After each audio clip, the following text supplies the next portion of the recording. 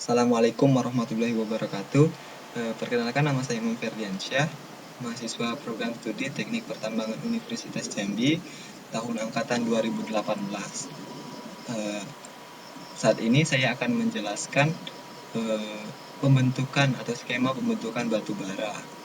Batu bara itu sendiri dapat diartikan sebagai batuan sedimen organik yang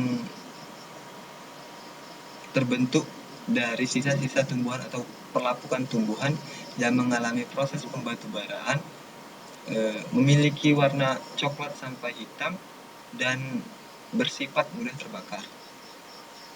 Untuk pembentukan batu bara ini, batu bara sendiri memiliki material asal, yaitu berupa tumbuh-tumbuhan yang telah mati atau telah lapuk dan terendapkan di suatu kawasan atau cekungan atau rawa, yang mana pada cekungan tersebut tidak terganggu dengan oksigen atau udara, atau yang kondisi ini disebut sebagai kondisi anaerob.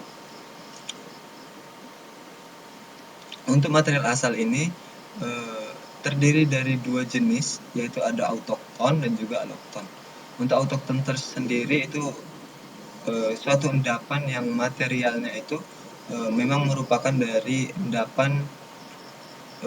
material dari endapan di kawasan endapan tersebut.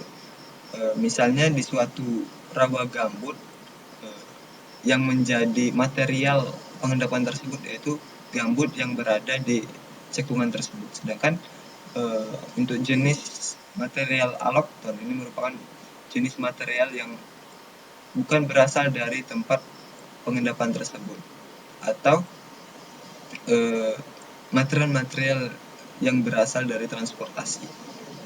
Misalnya di suatu cekungan gambut itu adanya tumbuh-tumbuhan lain yang berasal dari tempat yang lebih tinggi dari cekungan tersebut dan masuk ke dalam cekungan tersebut, sehingga membentuk suatu endapan gambut atau endapan dari calon-calon yang akan membentuk dari batu bara. Setelah mengalami pengendapan dan telah tidak terganggu oksigen atau dalam kondisi anaerob, terjadi proses yang mana merubah endapan tersebut menjadi gambut, yang mana pada proses ini terjadi penguraian oleh mikroba anaerob tersebut, tumbuh-tumbuhan tersebut menjadi karbon dioksida, air, dan juga asam umin. Dan juga pada proses ini terjadinya penurunan keseimbangan dari bioteknik endapan tersebut. Proses dari endapan menjadi gambut itu sendiri itu dapat dikatakan sebagai diagenesa. Setelah mengalami proses penggambutan dari suatu endapan berubah menjadi sebuah gambut, selanjutnya akibat dari pressure dan temperatur yang tinggi terjadi pembentukan yang disebut sebagai proses pembatubaraan, atau bisa juga dikatakan sebagai metamorfosa, karena pembentukan batuan yang merupakan dari sedimentasi berubah menjadi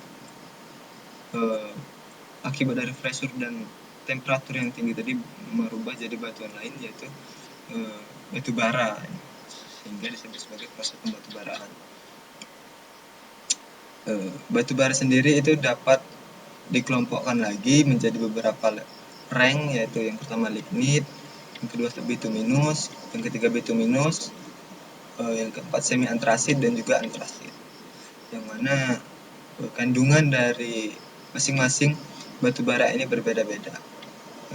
Untuk panah yang menunjukkan ke bawah ini menunjukkan adanya peningkatan dari persentase kalori, yang mana akibat dari persentase karbon, karena akibat dari pressure dan temperatur yang tinggi tadi menyebabkan air yang ada pada gambut akan keluar, sehingga nilai karbon yang ada di batu bara tersebut akan meningkat akibat berkurangnya dari air tersebut.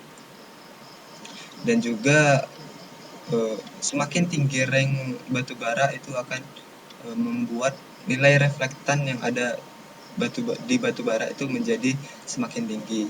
Dan juga sama halnya dengan karbon dan juga nilai reflektan tadi, nilai kalori dari batu bara itu akan semakin tinggi karena sudah berkurangnya gas-gas volatil matter atau dan juga air yang terkandung di dalam batu bara tersebut.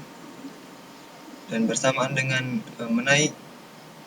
meningkatnya karbon, nilai reflektan dan juga nilai dari kalori, bersamaan dengan hal tersebut adanya penurunan persentase dari kandungan batu bara tersebut, seperti H2O atau air, ada volatil matter, ada hidrogen dan juga oksigen.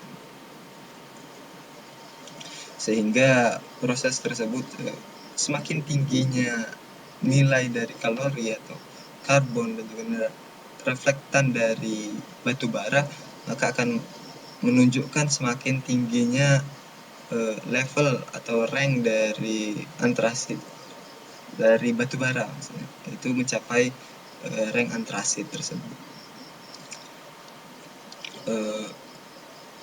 Sekian dari penjelasan dari skema pembentukan batu bara. Untuk kekurangannya saya mohon maaf apabila ada kesalahan yang saya katakan. Wassalamualaikum warahmatullahi wabarakatuh.